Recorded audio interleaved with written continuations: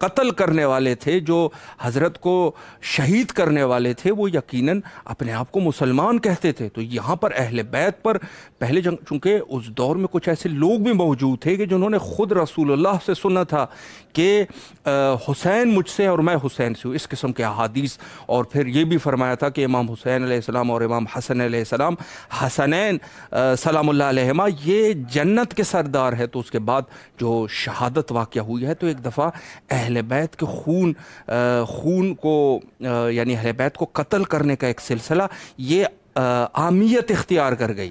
یعنی یہ ہے کہ ایک دفعہ اگر کوئی شخص ایک کام جو ہے وہ جلدی سے لوگ نہیں کرتے، لیکن ایک دفعہ جو اس کی ابتدا ہو جاتی ہے تو پھر جو ہے لوگوں میں حوصلے بڑھ جاتے ہیں۔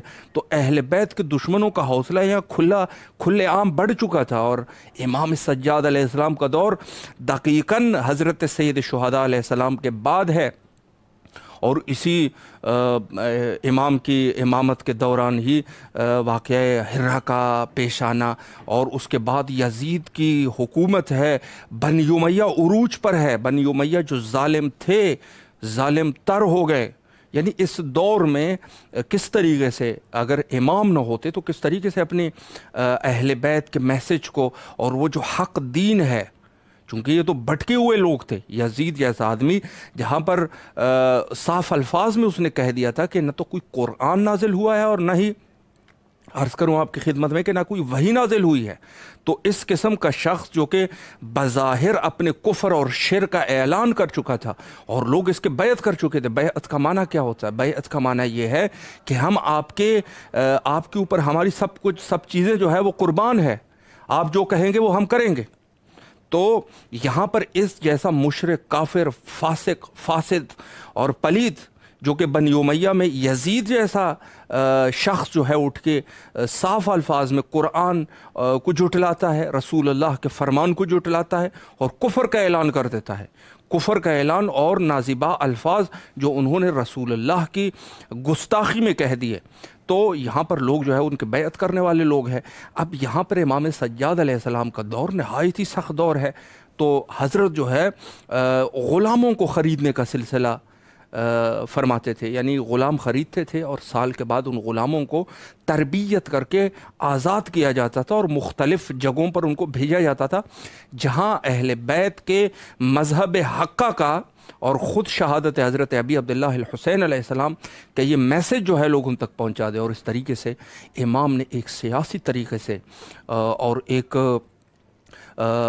حکیمانہ طریقے سے اسلام کی دفاع کی، اور نہایت ہی عظیم طریقے سے امام نے دفاع کیا اہل بیت کا اپنے دور میں۔ البتہ تمام ائمہ اطہار علیہ السلام، چاہے جس امام کا بھی دور ہے، تو اس دور میں یقیناً اسلام جو ہے وہ اسلام آگے بڑھا ہے اور اسلام کو ترقی ہوئی ہے۔ سلسلہ امامت جو کہ آج انشاءاللہ العزیز گفتگو کریں گے امامت کے اوپر، اور امام سجاد علیہ السلام جو کہ ہمارے چوتھے امام ہے، تو آج سلسلہ امامت پر انشاءاللہ گفتگو کریں گے، اور پروگرام کے نیکسٹ سیگمنٹ میں بھی کوشش کروں گا کہ اسی موضوع کو آج کے ہمارے معزز مہمان کے ساتھ رکھا جائے کہ انشاءاللہ العزیز امامت ایک وسیع موضوع ہے، اور خود امامت کی جو ذمہ داریاں ہیں، اور خود امامت جو ہے وہ قائم مقام ہے نبوت کے، تو یہ سب کے سب وہ موضوعات ہے کہ جو عقلی اعتبار سے بھی ثابت ہے اور نقلی اعتبار سے بھی ثابت ہے۔ یعنی اگر کہا جائے کہ عقلی اعتبار سے امامت جو ہے وہ ہونا چاہیے کہ نہیں ہونا چاہیے، تو یقیناً ہر ذی عقل آدمی وہ یہ ضرور کہے گا کہ اگر نبوت حق پر ہے تو اس کا جانشین ہونا چاہیے۔ چونکہ بات یہ ہے کہ اگر ہم نبوت پر ہی اکتفا کریں اور کہیں کہ نبوت کے بعد کوئی ہدایت کا ذریعہ نہیں ہے، تو یہ عقل یقیناً تسلیم نہیں کرے گا۔ اور انشاءاللہ العزیز یہاں پر ایک چھوٹا سا بریک لیتے ہیں، اور پروگرام کے نیکسٹ سیگمنٹ میں اسی موضوع پر انشاءاللہ آپ کے حاضر خدمت رہیں گے۔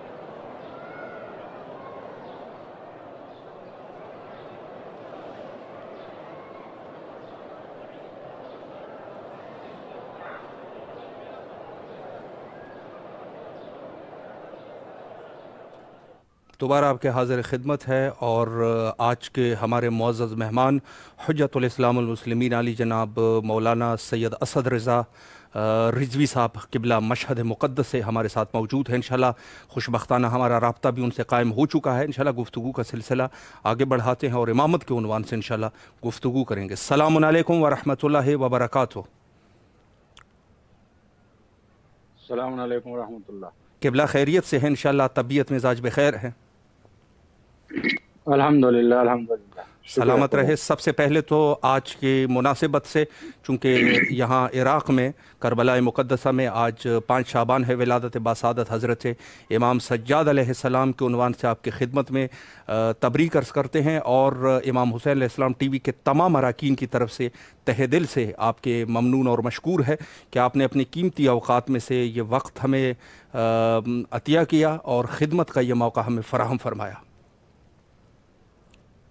جی بہت بہت شکریہ، میں بھی آپ کا شکر گزار ہوں، اور ان اعیاد شعبانیہ کی اور ان مبارک ایام کی آپ کی خدمت میں، آپ کی پوری ٹیم کی خدمت میں اور اپنے تمام ناظرین کی خدمت میں مبارکباد پیش کرتا ہوں۔ خیر مبارک۔ اور بلکہ شکر گزار تو میں ہوں کہ آپ نے مجھے حرم امام حسین علیہ السلام سے دعوت دی، سلامت رہے، اور ان رحمتوں کے زیر سایہ لا کے کھڑا کر دیا کہ جس کے لیے امام رضا فرماتے ہیں کہ رحم اللہ عمران من احیا امرنا، سبحان اللہ۔ پروردگار اس بندے پر، اس انسان پر رحمت نازل فرمائے کہ جو ہمارے امر کو زندہ کرتا ہے۔ پوچھا گیا کہ آپ کا امر کیا ہے، تو فرمایا کہ جو ہماری تعلیمات کو سیکھتا ہے اور اس کو پھر نشر کرتا ہے، سبحان وہ اللہ، اس کے ذریعے سے ہمارے امر کو زندہ کرتا ہے۔ بے شک بے شک۔ تو یہ ایک قیمتی، یقیناً یہ ایک عبادت کے عنوان سے ایک ہمارا جلسہ ہے، میٹنگ ہے، ایک قیمتی لمحات ہیں، بالکل، اور دعا ہے کہ مولا ہم سے اس کو قبول فرمائے، الہی آمین۔ کہ اگر ہم اس چیز میں کامیاب ہو سکیں کہ معرفت اہل بیت کو نشر کر سکیں،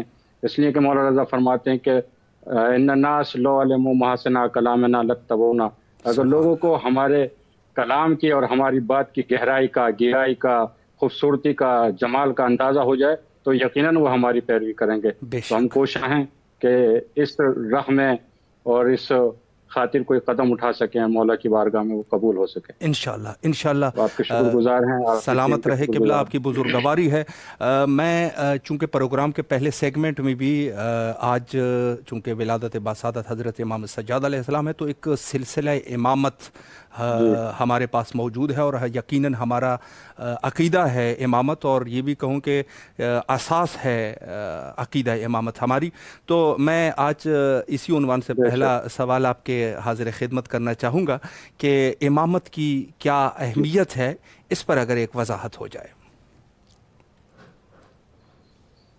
جی ضرور، یہ آپ نے سوال کیا، نہایت عمدہ سوال ہے، اور امامت کے لحاظ سے اگر گفتگو کی جائے تو میں یہ کہتا ہوں کہ عمریں ختم ہو جائیں گی انسان کی، اور تا قیام قیامت اگر اس موضوع پر گفتگو کی جائے تو حق ادا نہیں ہو سکتا، کیونکہ اتنا وسیع موضوع ہے۔ اور اس کی وجہ یہ ہے کہ امام رضا نے، میں پھر دوبارہ کوٹ کر دوں امام کی حدیث کے، امام فرماتے ہیں کہ وَأَنَّ لَهُمُ التَّنَاوُشُ، کہ امامت جو ہے ایک ستارے کی مانند ہے، جس طریقے سے انسان زمین پر کھڑے ہو کر اگر پنجوں کے بل کھڑے ہو کر بھی وہ ستارہ توڑنا چاہے تو اس کا ہاتھ ستارے تک نہیں پہنچ سکتا۔ اللہ اکبر۔ تو یہی حالت جو ہے ہماری ہے کہ ہم امامت کو درک ہی نہیں کر سکتے، کما حق کو ہو، بے شک، جو امامت کا حق ہے، ایسے ہم نہ امام کو نہ امامت کو درک نہیں کر سکتے۔ اس کی وجہ یہ ہے کہ دیکھیں اللہ نے ہمیں بہت ساری قوتیں دی ہیں، صحیح، جیسے قوت سامہ ہے، حس لامسہ ہے، حس باصرہ ہے۔ قوت لامسہ سے ہم لمس کرتے ہیں، چیزوں کو پہچانتے ہیں، کیا نرم ہے، کیا گرم ہے، کیا زبر ہے، کیا نازک ہے، کیا سخت ہے، یہ قوت لامسہ کا کمال ہے، یہ حس لامسہ ہے۔ تو جیسے اور ساری قوتیں اللہ نے دی ہیں کہ ہم تمام چیزوں کو درک کر سکتے ہیں، وہاں میں یہ کہوں گا کہ بشریت کے پاس اور پورے انسانیت کے پاس وہ حصی نہیں ہے جس کو حصے امام شناسی کہا جاتا ہے۔ صحیح صحیح۔ پوری کائنات میں کوئی امام کو کما حق ہو اور امامت کو کما حق ہو درک ہی نہیں کر سکتا۔ اس کی وجہ یہ ہے کہ یہ ایسے منبع سے، ایسے خزینے سے، ایسے خزانے سے متصل ہیں کہ جو لامحدود ہے، اور یہ عقل کا قاعدہ ہے کہ ایک محدود شخصیت، محدود ذات، محدود انسان کسی لامحدود کو درک ہی نہیں کر سکتا ہے۔ سبحان تو اللہ، یہ امامت کی شان ہے۔ بالکل۔ لیکن میں آپ کی خدمت میں عرض کروں کہ اگر ہم کم حق ادا نہیں کر سکتے معرفت امام کا، لیکن فارسی زبان میں ایک مقولہ ہے کہ اگر پورا سمندر آپ حاصل نہیں کر سکتے تو بے قدر ظرف باید چشید. تو جتنا ظرف ہے اور جتنی ضرورت ہے اور جتنی عقیدت ہے، اس اعتبار سے ہم اس راستے میں ضرور گامزن ہو سکتے ہیں اور اپنا قدم بڑھا سکتے ہیں. اور یقیناً تائیدات الہی پھر شامل حال ہوتی ہیں کہ اگر انسان اس راہ میں قدم اٹھاتا ہے. تو امامت کے لحاظ سے میں یہ عرض کرنا چاہوں گا کہ بسم اللہ عموماً یہ نظریہ ہے، یہ عقیدہ پایا جاتا ہے کہ امام جو ہوتا ہے، اگر عوامانہ سوچ آپ دیکھیں تو بیشتر عوام یہی سمجھتے ہیں کہ امام کا کام کیا ہے. امام وہ ہوتا ہے کہ جو ہدایت کرتا ہے، جس کا کام ہدایت کا ہے. وہ رہبر ہوتا ہے، وہ پیشوا ہوتا ہے، وہ مقتدا ہوتا ہے، وہ قدوہ ہوتا ہے. یہ امام سمجھا جاتا ہے. وہ امام یعنی امام ایسی ذات جو لوگوں کی ہدایت کرتی ہے اور اس کے پاس عصمت ہے، معصوم ہے. یہ اتنی ڈیفینیشن ہمارے پاس امامت کی موجود ہے. لیکن میں عرض کرنا چاہوں گا کہ امامت کا قد اور امام کا قد ان باتوں سے کہیں زیادہ بڑا ہے. امام کا کام بے شک ہدایت کرنا ہے. امام ہدایت کرتے ہیں، لیکن صرف یہ نہیں کہ صرف امام ہدایت ہی کرتے ہیں. اب مثال کے طور پر اگر ہم یہ مان لیں یا کوئی یہ سمجھے کہ امام کا کام صرف ہدایت کرنے کا ہے، امام آتے اس لیے تاکہ ہدایت کر سکیں لوگوں کی. اگرچہ ہدایت کرنے کا کام ہے، مولا فرماتے ہیں کہ میری اتباع کرو اہدیکم سبیل الرشاد، میں تمہیں ہدایت کے راستے پر گامزن کر دوں گا.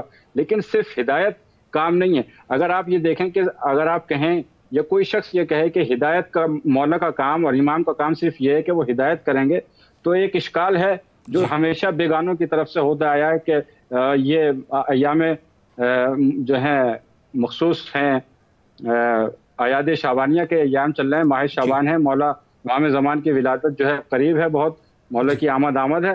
تو اس حوالے سے بھی عرض کر دوں، یہ کہا جاتا ہے کہ مثلا ایسے امام کا کیا فائدہ کہ جو غائب ہے، جو آپ کے سامنے نہیں آ سکتا، جس سے آپ روبرو نہیں ہو سکتے، جس سے آپ سوالات شریعہ نہیں کر سکتے، جس سے آپ اپنی مشکلات کا حل معلوم نہیں کر سکتے، جو آپ کی پہنچ سے باہر ہے، ایسے امام کا کیا فائدہ ہے. تو میں یہ عرض کرنا چاہتا ہوں کہ امام صرف اس لیے نہیں ہے کہ وہ آپ کو صرف شرعی مسئلہ بتائے، آپ کی ہدایت کرے. اب میں بتاتا ہوں امامت کے اور کیا کام ہے.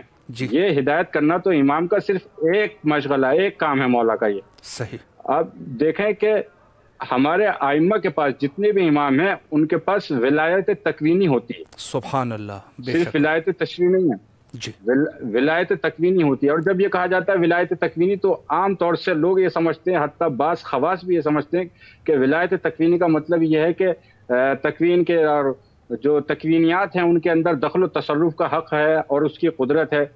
اور وہ سمجھتے ہیں مثلا کسی مردے کو زندہ کر دیا یہی ولایت ہے، اور کسی سوکھے درخت کو ہرا بھرا کر دیا، کسی بنجر زمین کو لالہ زار کر دیا. بے شک یہ ولایت تکوینیاں ہیں، لیکن امام کی ولایت تکوینی صرف اسی میں محدود نہیں ہو جاتی ہے، یقیناً، بلکہ ولایت تکوینی کا مطلب یہ ہوتا ہے. اب میں آپ کو بتا رہا ہوں کہ امام کا قد کتنا بلند ہوتا ہے. ولایت تکوینی کا مطلب یہ ہوتا ہے کہ اللہ کے جتنے بھی فیوز ہیں، صحیح، امام اس میں واسطہ ہوتا ہے. یعنی امام واسطہ فیض ہوتا ہے. خلق اور خالق کے درمیان امام واسطہ فیض ہوا کرتا ہے. سبحان اللہ. بے شک، بے شک. توجہ فرما رہے ہیں آپ. جی. تو یہ امام کے ولایت تکوینی ہونے کا مطلب ہے. اور یہ بہار میں بھی حدیث ہے، اور اگر اس کے حوالے سے آپ دیکھنا چاہیں اس کی دلیل تو زیارت جامع کبیرہ ہمارے پاس ہے کہ بیکم فتح اللہ و بیکم یختم. آپ ہی سے یہ کائنات شروع ہوئی ہے اور آپ ہی پر یہ کائنات ختم ہو جائے گی. اللہ اکبر، اللہ اکبر. بے شک. اور بہار سے ایک روایت نقل کروں. بہار میں علامہ مجلس نے یہ روایت نقل کی ہے کہ ما انزلہ، جو کچھ بھی آسمان سے نازل ہوتا ہے، عرش الہی سے، خزینہ الہی سے نازل ہوتا ہے، جو کچھ بھی نازل ہوتا ہے فَإِلَيْكُمْ، وہ آپ کے وسیلے سے نازل ہوتا ہے. وَمَا صَعِدَ إِلَى اللَّهِ فَبِكُمْ، اور جو کچھ بھی اللہ کی طرف عروج کرتا ہے وہ آپ کے وسیلے سے عروج کرتا ہے. قرآن میں ارشاد ہے کہ ان من شیء الا عندنا خزائنہ ننزلہ بقدر معلوم. یعنی ہمارے پاس ہر چیز کا خزانہ ہے.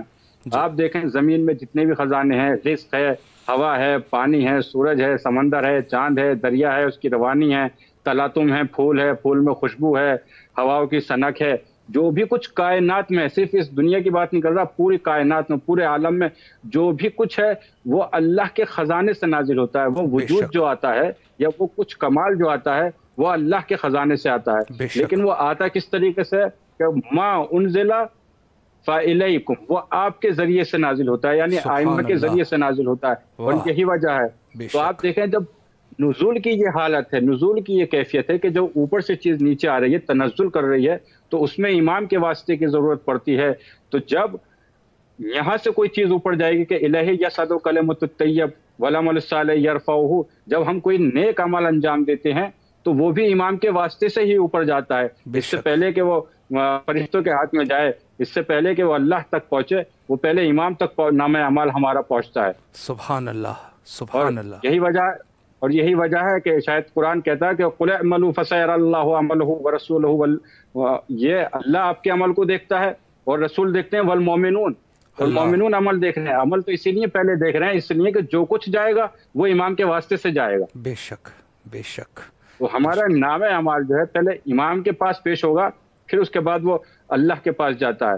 تو امام جو ہے وہ منبع فیض ہے، واسطہ فیض ہے خالق اللہ، اور خلق کے درمیان۔ بے شک۔ اسی لیے مولانا نے فرمایا کہ میری غیبت میں لوگ مجھ سے ایسے ہی استفادہ کریں گے جس طریقے سے سورج جو ہے وہ بادلوں کے پیچھے ہوتا ہے، لوگ اس سے استفادہ کرتے ہیں۔ تو سبحان اللہ۔ امامت کا کام اگرچہ ہدایت کرنا ہے، لیکن صرف ہدایت کرنا نہیں ہے۔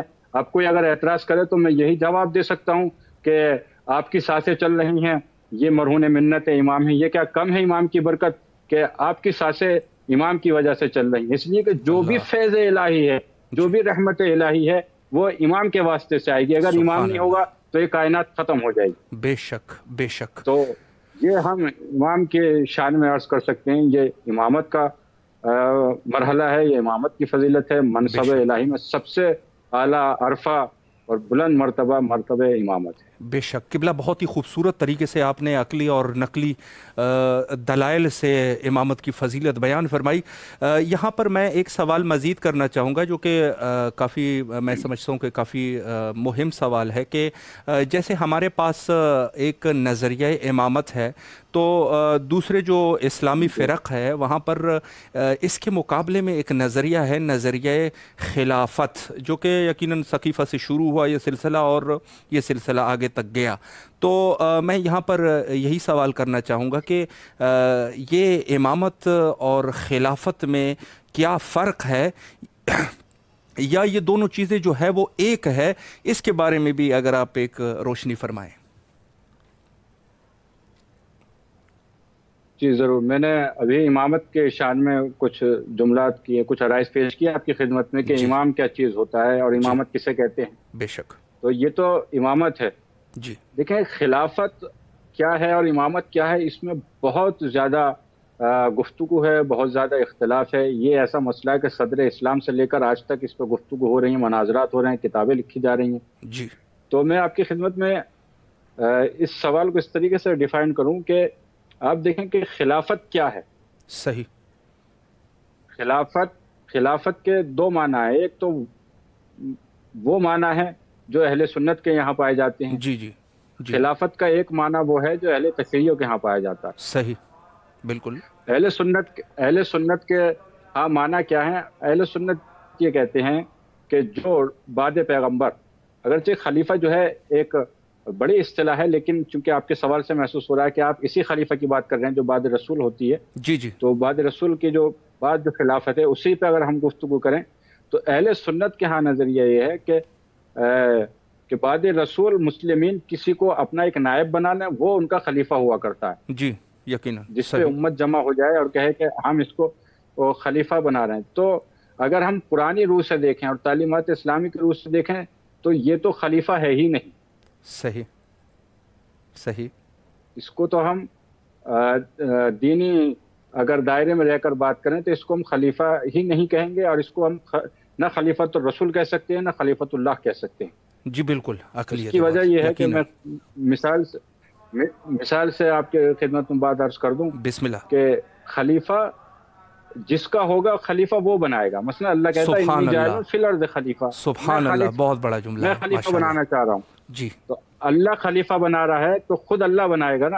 اور میرا تعلق ہندوستان سے ہے، اب میں کہوں کہ ہمارے ہندوستان کی عوام نے جمع ہو کر رائے دی ہے، ایک صدر متعین کیا ہے، وہ صدر ہم آپ شہر عراق آپ شہر کربلا میں، ہم عراق کے لیے اس کو متعین کر رہے ہیں. جی تو یقیناً. دنیا ہمیں برا بھلا کہے گی کہ یہ کیا طریقہ ہے، یہ کیا عقلی بات ہے. اگر آپ نے تعین کر ہی لیا ہے تو زیادہ سے زیادہ آپ یہ کہیے کہ یہ ہمارا خلیفہ ہے. صحیح. آپ خود تعین کر کے اس خلافت کو دوسرے پہ نہیں تھوپ سکتے ہیں. جی بالکل ایسی ہے تو یقیناً. پہلی بات تو یہ ہے کہ جو متعین کر رہا ہے، جو تعین کر رہا ہے، خلیفہ اس کا بنے گا، یا جس صحیح. کو خلیفہ بنانا ہے وہ متعین کرے.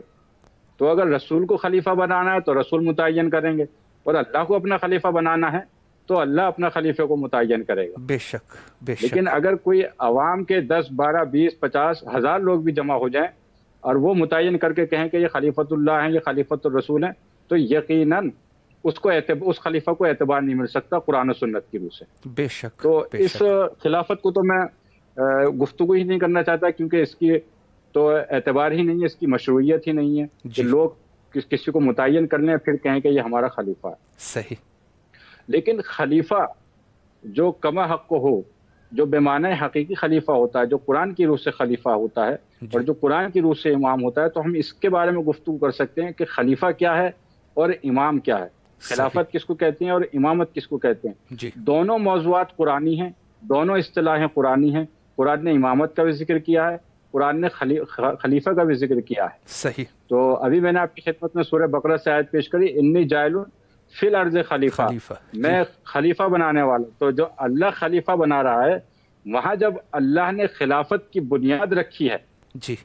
تو آپ دیکھیں، پہلے آپ اس بات کو سمجھیں کہ خلیفہ کس کو کہتے ہیں. خلیفہ وہ ہوتا ہے جو مستخلف ان کے امور کو انجام دے. جی جی بالکل. جس کا خلیفہ بن رہا ہے اس کی ذمہ داریوں کو انجام دے. صحیح. تو قرآنی روح سے جو خلیفہ ہوتا ہے میں اس کی بات کر رہا ہوں. جی. اگر یہ شورا اور اجماع والے خلیفہ کی بات ہے تو اس کو تو ہم معتبر ہی نہیں مانتے، جی اس لیے کہ یہ نہ خلیفۃ اللہ ہے نہ خلیفۃ الرسول ہے. بالکل. تو اگر قرآنی خلیفہ وہ ہے جس کو اللہ خلیفہ متعین کرتا ہے، جیسے حضرت جناب آدم کے بارے میں انی جاعل فی الارض خلیفہ، تو خلیفہ وہ ہوتا ہے جو مستخلف ان کے کام کو انجام دے، جو آئینہ دار ہو مستخلف ان کا. بالکل. یعنی جس کا خلیفہ بن رہا ہے اس کی آئینہ داری کرے. تو اللہ نے ایسی ذات کو خلق کیا جو اس کے صفات اور اس کے اسماء کا آئینہ دار ہو، اس میں وہ تجلیات پائے جائیں جو اللہ کی صفات ہیں، اس کی صفات کی تجلیات پائے جائیں. اور اس کو بیس کیا بنایا؟ خلافت کا بیس اللہ نے علم کو بنایا ہے. صحیح صحیح. خلافت کی بیس جو ہے وہ علم کو بنایا.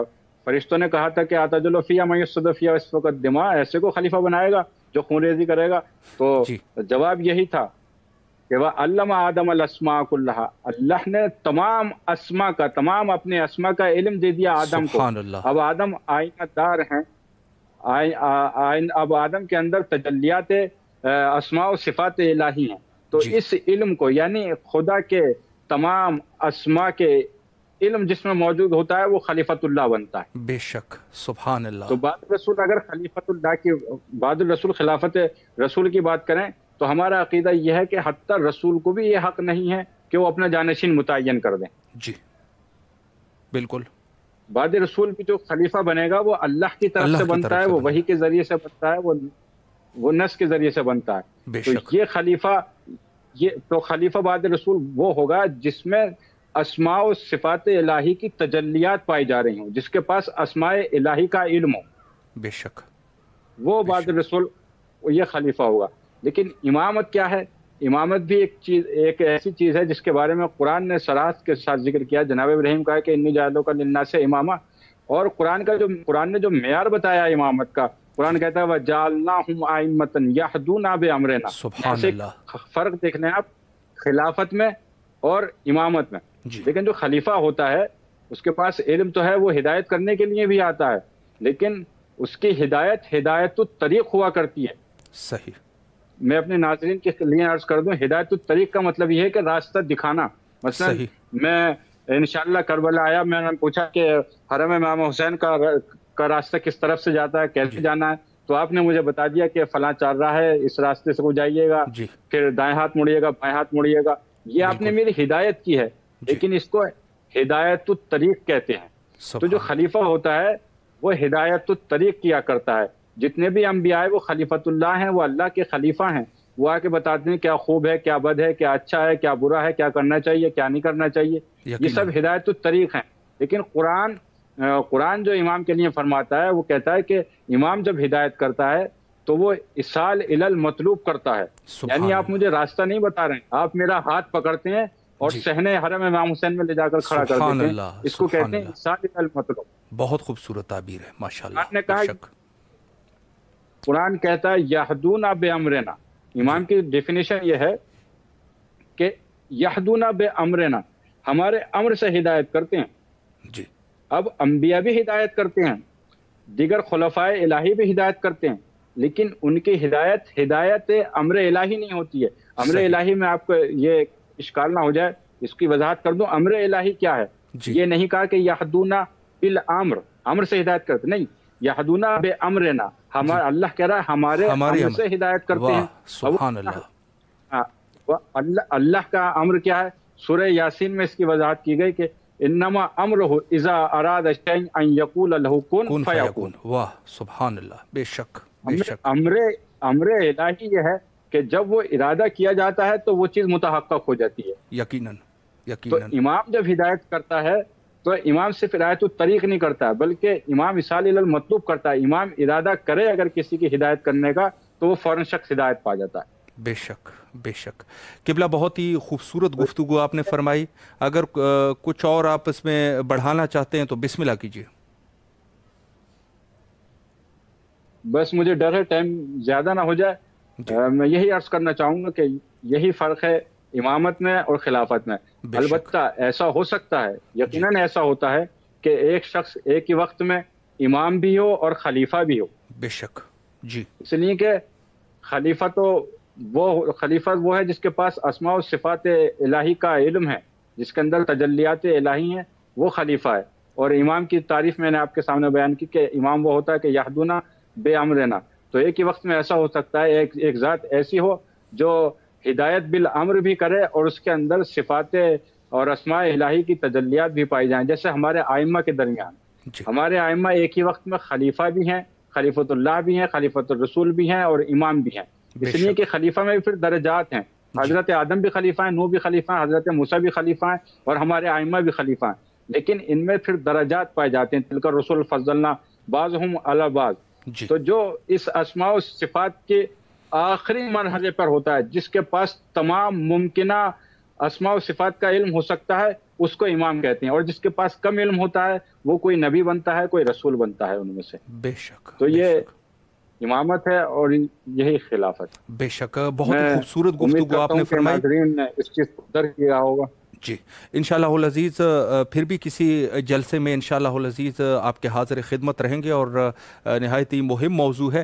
آخر میں قبلہ اگر مومنین کے لیے کوئی پیغام ہے ماہ شعبان کے عنوان سے، امام زمانہ علیہ السلام کے عنوان سے، یا کوئی اور مہم پیغام ہے تو امام حسین علیہ السلام ٹی وی کے ذریعے سے مومنین سماعت فرما رہے ہیں اور اس وقت دیکھ رہے ہیں. بسم اللہ کیجیے. میں مومنین سے کیا عرض کر سکتا ہوں؟ سب سے پہلے تو یہ نصیحت میرے لیے ہے، اپنے آپ کے لیے ہے، پھر مومنین کے لیے اوصیکم بتقوی اللہ و نفسی. یہ دیکھیں کہ ایسے موقع پر میں صرف یہی عرض کر سکتا ہوں کیونکہ امامت کی گفتگو چل رہی تھی. قرآن نے جو امامت کا ذکر کیا ہے تو امامت کے دو شان بتائی ہیں کہ امامت کا بنیاد یہ ہے کہ یہدون بامرنا ولما صبروا وکانوا بآیاتنا موقنین. امامت میں ایک مہم چیز یہ ہے کہ جس کی بنا پر امام بنتا ہے قرآن کی روح سے، لما صبر. صحیح. وہ صبر کی آخری منزل پر ہوتے ہیں. اللہ. تو اگر یہ ماہ ولایت چل رہا ہے، ماہ ولایت ابھی تمام ہوا ہے، امام زمانہ کی ولادت کے ایام نزدیک ہیں، تو ہمیں چاہیے ہم جتنا ہو سکیں اپنے ائمہ سے نزدیک ہو سکیں. تو ائمہ سے نزدیک ہونے کے لیے ایک سنخیت کی ضرورت ہوتی ہے. ہمیں ویسا بننا پڑے گا جیسے اوصاف اور صفات اور جو ماہیت ائمہ کی ہیں اس طریقے سے ہمیں ڈھلنا پڑے گا اس سانچے میں. تو اس میں جو امامت کے لیے بنیادی چیز بتائی گئی وَلَمَّا صَبَرُوا کہا گیا کہ یہ ائمہ جو ہیں یہ صبر کے آخری منزل پر ہیں. تو ہمیں چاہیے کہ ہم صبر سے کام لیں تاکہ اپنے ائمہ سے نزدیک ہو سکیں. امام جواد علیہ السلام فرماتے ہیں کہ حدیث کا ایک ٹکڑا بیان کر رہا ہوں. امام جواد فرماتے ہیں کہ وَتَوَسَّدِ الصَّبْرِ، کامیابی کا راز یہ ہے کہ انسان صبر کو اپنا تکیہ گاہ بنا لے. سبحان لیکن اللہ. مجھے اجازت دیں تو میں 2 جملے اور جی بول بسم دوں اللہ بسم کہ اللہ. صبر کیا ہے. جی صبر سے مراد کیا ہے؟ عام طور سے عوام میں یہ سمجھا جاتا ہے کہ صبر یعنی ہاتھ پہ ہاتھ دھر کے بیٹھ جانا، کوئی پریشانی آئے، مشکلات آئے، مصائب آئیں تو ان چیزوں کو برداشت کر لینے کا نام صبر ہے. در حقیقت یہ صبر نہیں ہے. صبر تو ایک تحرک کا نام ہے. یہ تو سکوت ہے، چپ چاپ بیٹھ جانا سکوت ہے. اور صبر حرکت کا نام ہے. صحیح. صبر نام ہے کہ مشکلات کے باوجود انسان جادہ حق پر گامزن رہے، جس راہ پہ وہ چل رہا ہے اس راہ پہ چلتا رہے، تو یہ پھر صبر ہے. اگر کوئی اسٹوڈنٹ ہے، وہ پڑھ رہا ہے، تو یقیناً اس کی زندگی میں، اس کی لائف میں پریشانی آتی ہیں، کبھی وہ فیل بھی ہوتا ہے، کبھی اقتصادی پریشانی بھی آتی ہیں، تو ہمت نہیں ہارنی چاہیے، صبر سے کام لینا چاہیے. اب صبر کا مطلب یہ نہیں کہ چپ چاپ آ کے گھر میں بیٹھ گئے. صبر کا مطلب یہ ہے کہ مشکلات سے نہ ہارے انسان، اور جس راہ پہ چل رہا ہے اسی راہ پہ چلتا رہے. جو جس فیلڈ میں ہے، جو جس کام کو انجام دے رہا ہے، وہ اپنی لگن سے، اپنی محنت سے، صبر کے ساتھ اس کام کو ادامت دیتا رہے. تو پھر یہ ہے کہا گیا قرآن میں کہ ان اللہ مع الصابرین، اللہ صبر کرنے والوں کے ساتھ ہے. یقیناً کامیابی قدم چومے گی. اور جب اللہ اور خدا صابروں کے ساتھ ہے تو اس سے بہتر، اس سے عمدہ کیا بات ہو سکتی ہے کہ جس کے ساتھ خدا ہے پھر اس کے ساتھ ساری خدائی ہے، ساری کائنات اس کی مدد کرتی ہے. سبحان اللہ سبحان اللہ. بہت ہی خوبصورت پیغام صبر کا آپ نے دیا. ایک دفعہ پھر بھی امام حسین علیہ السلام ٹی وی کے تمام اراکین کی طرف سے آپ کے نہایت ہی ممنون اور مشکور ہے کہ آپ تشریف لائے اور نہایت ہی مہم نکات پہ اشارہ فرمائے. شکر گزار ہوں آپ کا. سلامت رہے قبلہ. کربلا مقدسہ میں آپ کی طرف سے اور آپ کے فیملی والوں کی طرف سے نائب و زیارہ اور دعاگو ہے. اور چونکہ آپ بھی مشہد مقدس میں موجود ہیں تو امام حسین علیہ السلام ٹی وی کے تمام اراکین کے لیے آپ سے التماس دعا کرتے ہیں.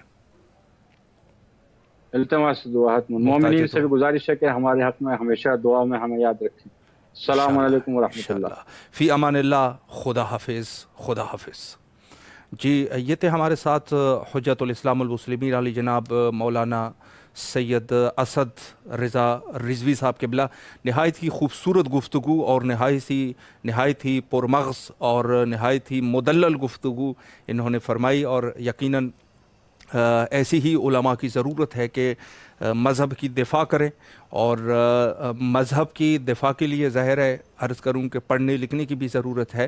ایسے نہیں ہوتا کہ انسان جو ہے وہ بغیر سعی کوشش اور تلاش کے جا کے مذہب کی دفاع کرنا شروع کر دے تو اتنی آسان نہیں ہوتی دفاع.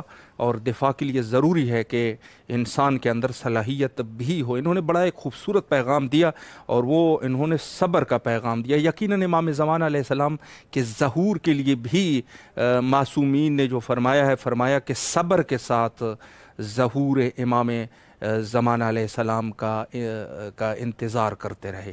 صبر کے ساتھ انتظار کرتے رہے. یہ صبر جو ہے ایک عظیم مرتبہ ہے. اور یقین جہاں بات آتی ہے سید الصابرین کی تو جس مولا کے ساتھ آج کا دن منسوب ہے حضرت امام سجاد علیہ السلام، صبر کا پیکر. صبر جہاں بات آ جاتی ہے صبر کی تو سید الصابرین حضرت سید الساجدین امام سجاد علیہ السلام ہے کہ انہوں نے صبر کی وہ منازل طے کیے کہ جس کا انسان سوچ تک نہیں سکتا. کوئی آدمی سوچ نہیں سکتا کہ صبر کس طریقے سے مولا نے صبر کی. اور یقیناً کربلا سے شام کا سفر اور اس کے بعد مدینہ، جیسے میں نے پہلے ہی پروگرام میں عرض کر لیا کہ جو اس زمانے کے حالات تھے وہ حالات یقیناً ایک عام شخص کی بس کی بات نہیں تھی کہ اس میں حتیٰ مدینہ کے اندر رہ سکے. یعنی یہ کسی عام شخص کا کام نہیں ہو سکتا بلکہ یہ امام ہی ہو سکتے ہیں، خلیفہ برحق خدا ہو سکتا ہے کہ جو اس حالات کا مقابلہ کر سکے. اور وہ خلیفہ برحق حضرت امام سجاد علیہ السلام تھے جو کہ منصوب و منصوص من اللہ تھے.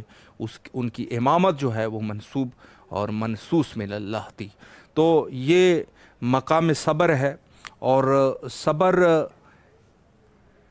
ویسے تو آسان سا لفظ ہے. ایک اشارہ قبلہ نے بھی فرمایا کہ صبر کا یہ معنی نہیں ہے کہ انسان ہاتھ پہ ہاتھ رکھ کے بیٹھ جائے، بلکہ جس راستے پہ گامزن ہے اس پہ جاتا رہے اور ساری کوشش تلاش بھی کرتا رہے، اس کو کہتے ہیں صبر۔